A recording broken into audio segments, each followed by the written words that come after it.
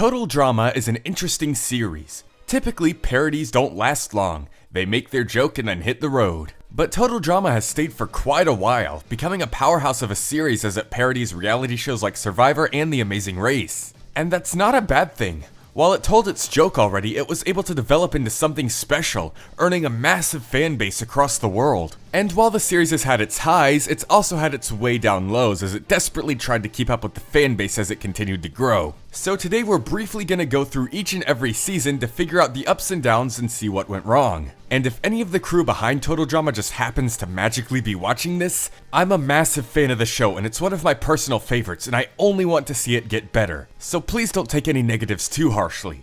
With that said, here's my Total Drama review. Excuse me, my nutritionist says I shouldn't eat any white sugar, white flour, or, like, dairy. I don't think that's gonna be a problem.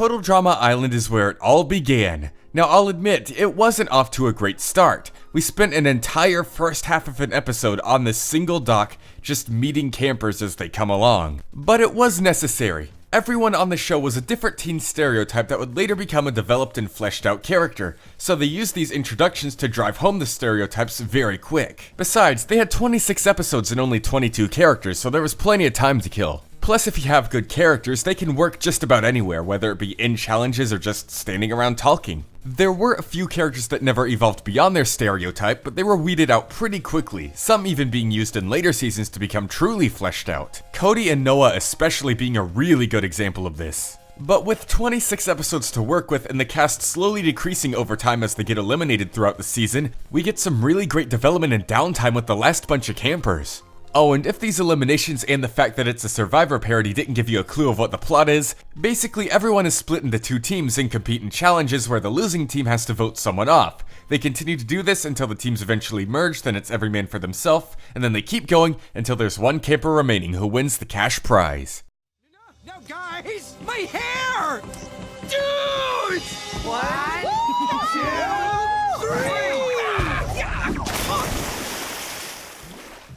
When the island competition is done, we then move on to the second season, Total Drama Action. In this season, the number of contestants was dropped dramatically from 22 all the way down to 15, including Courtney since she joined in halfway. Now this may sound like a bummer, but the cut contestants aren't gone for good. Throughout the season, there's sprinkled in little aftermath episodes where we get to catch up with everyone who lost and everyone who didn't make it to this season. So even though characters like Eva, Katie, and Sadie never made it to another season of the competition, they're still right there for you to enjoy. Now, even though the formula of this season was exactly the same as the last one, with two teams competing and then the losing team having to eliminate someone, it never felt stale. And that's because the results, alliances, and the way things went ended up way differently thanks to the fact that the characters now had experience and knowledge of each other that they didn't have when going into things for the first season. So they knew things like who they could trust and who they had to avoid, and what kind of things to expect. Some characters that made it extremely far in the first season were some of the first characters eliminated in this season.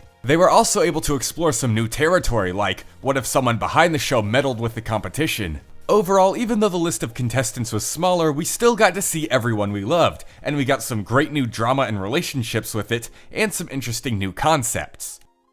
You know what that boy has? Guts. Guts full of foam, core, and rubber. But guts just the same.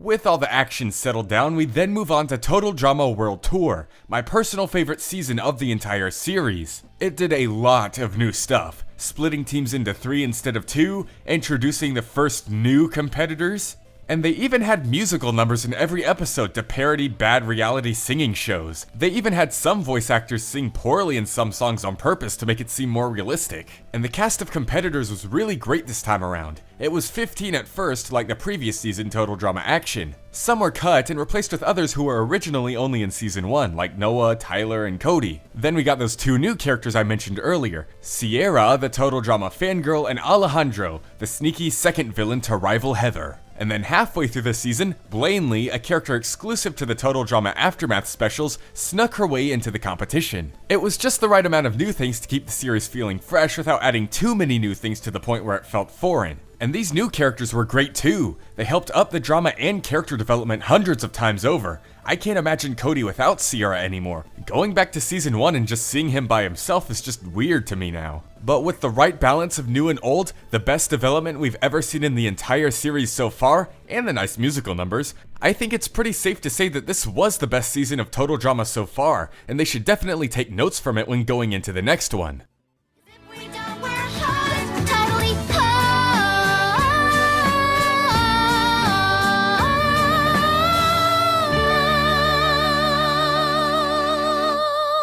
And this is where it all went wrong. After Total Drama World Tour did so well, it's like the writers and producers just did not know how to top themselves, so they tried way too hard to freshen things up, getting rid of everyone and replacing them with an all-new cast. Now, that wouldn't be a problem if the new cast wasn't but we barely get to know them. Even though the cast was cut down dramatically all the way down to 13 contestants, the episode count was also cut down from 26 to 13, meaning we had no time to spend with these guys. Since the final episode revolves around the final 2 contestants, that means we lose a little over 1 contestant per episode. Compare that to the 22 contestants in 26 episodes of the first season. This left very little time for characters to interact outside of challenges and develop beyond their stereotypes. They don't even get a nice long personal doc introduction like the original contestants do in the first season. They're just listed off briefly as they're shown like the series veterans in season 3. I mean, the first time we see characters like Mike and Zoe, they're already making goo-goo eyes at each other. Why should I care? I don't know them yet. How do you make a character with multi-personality disorder have so little personality?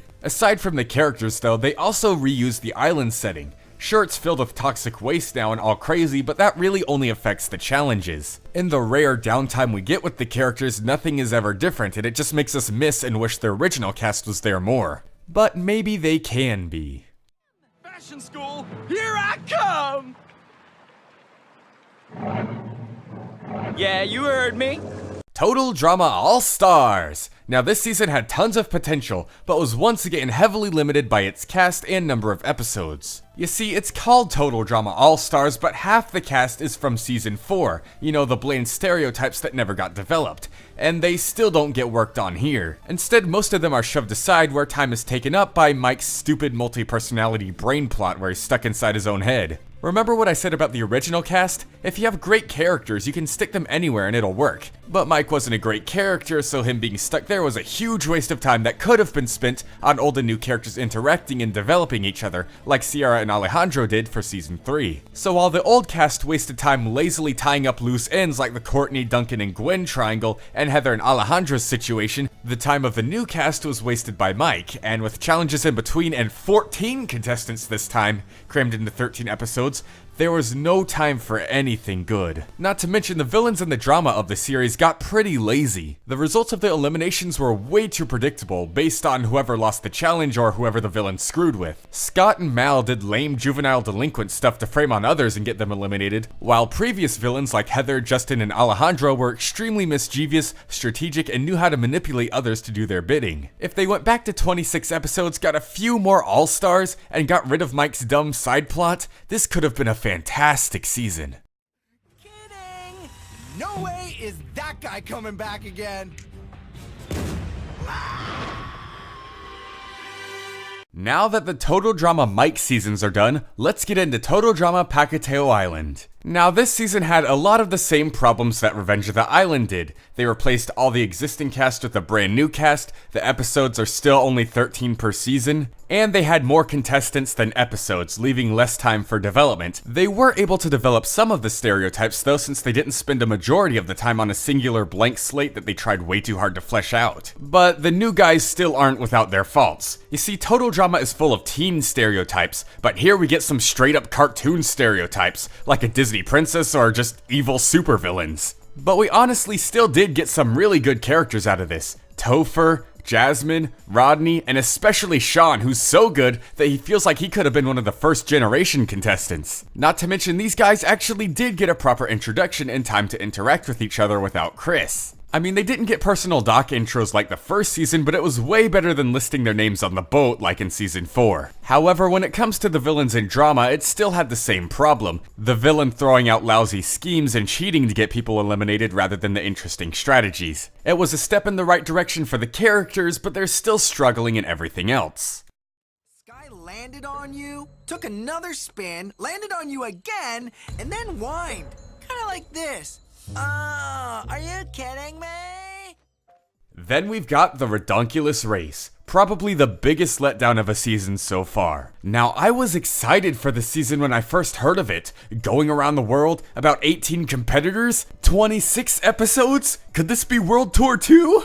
But no, not only did they replace Chris, the host, but yet again they replaced most of the existing cast. There are a few familiar faces here and there, but most of them are new. Oh yeah, and those 18 competitors are actually 18 teams of 2, which means that there's a total of 36 contestants in a 26 episode season, the worst contestant to episode ratio we have in the series so far. Even though that there's technically still only 18 eliminations since the team members get eliminated together, it still takes forever for them to get to a low enough amount of characters for it to not feel cramped. And since everyone is split into teams of 2, they spend all their time focused on each other, rarely interacting with other teams for more than a few seconds. Which means development for certain characters is stuck between the same 2 people for nearly the entire season, and that can get really annoying as seen by the best friends, the daters, and the brothers. But we still did get a few good characters. Emma is a great girlfriend for Noah, and their relationship is the best thing to come out of the season, and I hope to see them both in later seasons. The cops are also fun, and I also like how they weren't restricted to teens this time. We got some adults, we got a kid, and we even got senior citizens. The cast had a lot of variety, but there was just a bit too much. And because of the format of the show, we couldn't get a good villain who could emotionally manipulate everyone. They just had to cheat and get people in last place so they'd get eliminated.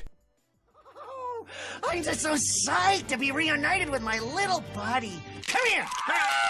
Then, last but, least, we come to the most controversial season, Total Drama Daycare, or now known as Total Dramarama. And I'm not going to spend a lot of time here since you'll probably skip the season anyways, but I want to ask, who was it made for? Like, yeah, it was babyfied, but it still has some pretty total drama writing. It has confessionals and everything. They make a rectal joke, even using the word rectal. Duncan steals one of Chef's eyes, so who was this for? Now, I know me criticizing this season may seem contradictory because of what I've been saying throughout the whole video, as in the original cast being so good that they can work almost anywhere. But the problem is, this is no longer the original cast. Gwen isn't Gwen anymore. Here, she's a depressed emo stereotype, which she never was. Duncan is no longer Duncan, he's just Scott from Revenge of the Island with a super high-pitched voice. And everyone else is just a generic kid. So that's the end of that. While the series has hit rock bottom and is struggling pretty hard to get back up, you definitely need to check it out to see what it was like when it was great. And if any of the crew behind Total Drama who magically found this video and is magically still watching up to this point,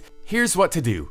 Keep it at 26 episode seasons. Make sure the cast is large but doesn't outnumber the number of episodes. And if you're going to add new characters, make sure you keep a lot of familiar faces. Think about that 70s show. That did so great while that 80s show failed. That's because they replaced all the cast and got a bunch of new people. People didn't watch that 70s show because it was called that insert decade here show. They watched it because of the characters. Just like people don't watch Total Drama because it's called Total Drama, they watch it because of the characters. Stick them in space, time travel them to the future, time skip a century or two so we can meet their descendants. Just bring back the teens who wanna be famous.